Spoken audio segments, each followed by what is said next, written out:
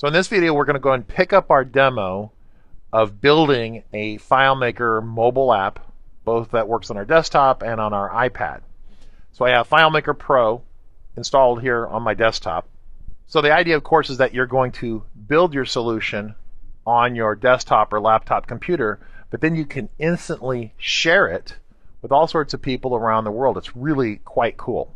So I'm going to put my iPad down for now.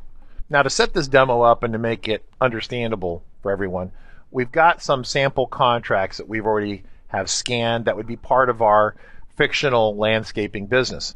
Now, I can actually go to almost any person who's not using FileMaker and talk to their office, administrative staff, or the people that work in their office, and I can get all these types of things. I can get random loose contracts that are floating around. And they'll be on different people's computers, and they won't be shared in any sort of coherent way.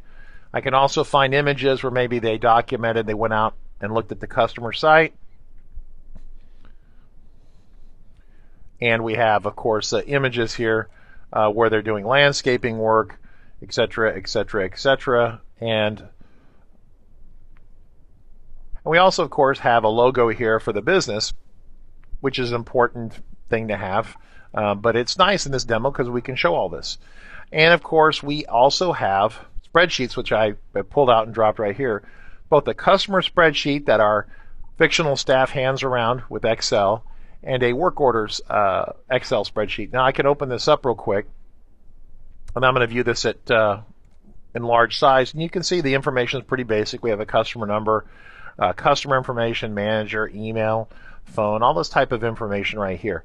So this is all kind of typical, all the typical sorts of items that you're going to find in an office environment, which in a lot of ways may be dysfunctional, simply from the standpoint that it's not being shared, and there's islands of data on various people's computers, on their laptops or wherever. Once again, this is the work order number. So you're going to be doing work at certain locations, at certain customers, certain number of hours. And of course, this might result in billing and invoices being created. So this is all important to know. So it's important to understand what we have cooking here. So how do we get started with this? Well, one of the simplest things that you can do with an Excel spreadsheet is just drag and drop it onto FileMaker. So I'm going to take this customer Excel spreadsheet that you see here, and I'm actually going to drag it on top of FileMaker. And FileMaker is going to say, whoa, we have an Excel spreadsheet. Would you like to use the first row of information in that spreadsheet to help identify the fields in the database? And you'll realize that as you play with this, that there are some similarities in terminology. The columns of a spreadsheet in Excel represent the fields that are actually in FileMaker. And so you say, yeah, I'd like to use the first row to be the names of the fields. That's great. Let's do that. And we say, okay. It's going to ask us for a name. I'm just going to call it customers and save it to the desktop. And so it saves the file over here. It pops the window open, and we actually have an Excel spreadsheet that's been loaded completely into FileMaker. Now, by doing this, we've solved a lot of historic limitations of spreadsheets in general. For example, with one click, I can upload this to FileMaker server and share it instantly with other Macs, Windows users, iOS devices, Android devices. We can share this data live with all those devices simultaneously. It's really cool. Now, what I'm going to do is I'm going to say share with FileMaker clients. I'm just going to use my copy of FileMaker Pro to share with a real small ad hoc group of users. Now, if we had a more serious solution besides the little ad hoc demo that we have set up here, we'd want to use FileMaker Server. FileMaker Server is a dedicated piece of software that generally runs on a dedicated server. And its entire lot in life is to host the data safely out to a bunch of users, to encrypt the data as it goes across the network, and to back things up automatically. So its job is to improve performance, to encrypt and secure the data, and to make sure backups are being run automatically. So it's a really good piece of software to use, and it's something like $300 a year to get into it. So it's one of those things that's really cost effective, and it's really good to use if you have a very serious business application. So I digress here. Really quick, I want to point out a couple really cool things that you can do here.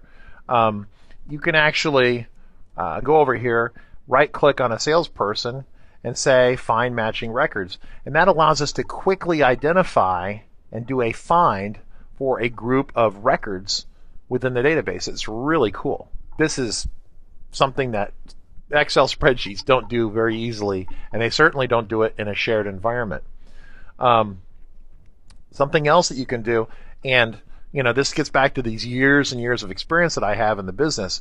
I've had customers who did tens of thousands of dollars of damage to mailing lists, and they end up emailing people incorrectly because they try to do a sort in Excel. And if you do a sort in Excel and say you sort by the city or the state or something like that, it actually just sorts the one column of information, right? So for those of you who've been around Excel long enough, you've probably got burned by this and you were trying to figure out how to undo the damage. FileMaker keeps everything organized together. It keeps the records of information together. So if I say I want to sort by the customer, I can say sort ascending right there, and it resorts everything. But unlike Excel, which will just sort one column by default, FileMaker actually sorts all the records and keeps them together, so you don't end up putting the wrong email address with Mark or something like that. Excel is a huge landmine waiting to go off with someone and cause all sorts of problems with the business if you don't know what you're doing when you try to sort it. With FileMaker, it maintains data integrity. It keeps everything straight and organized. That's a big part of this. So far, everything in this demo has just been drag and drop. Now I want to go ahead and go back and share this information. I can click right here, and we're just going to do our local sharing here with some what they call an ad hoc network. And I'm going to say share with FileMaker clients.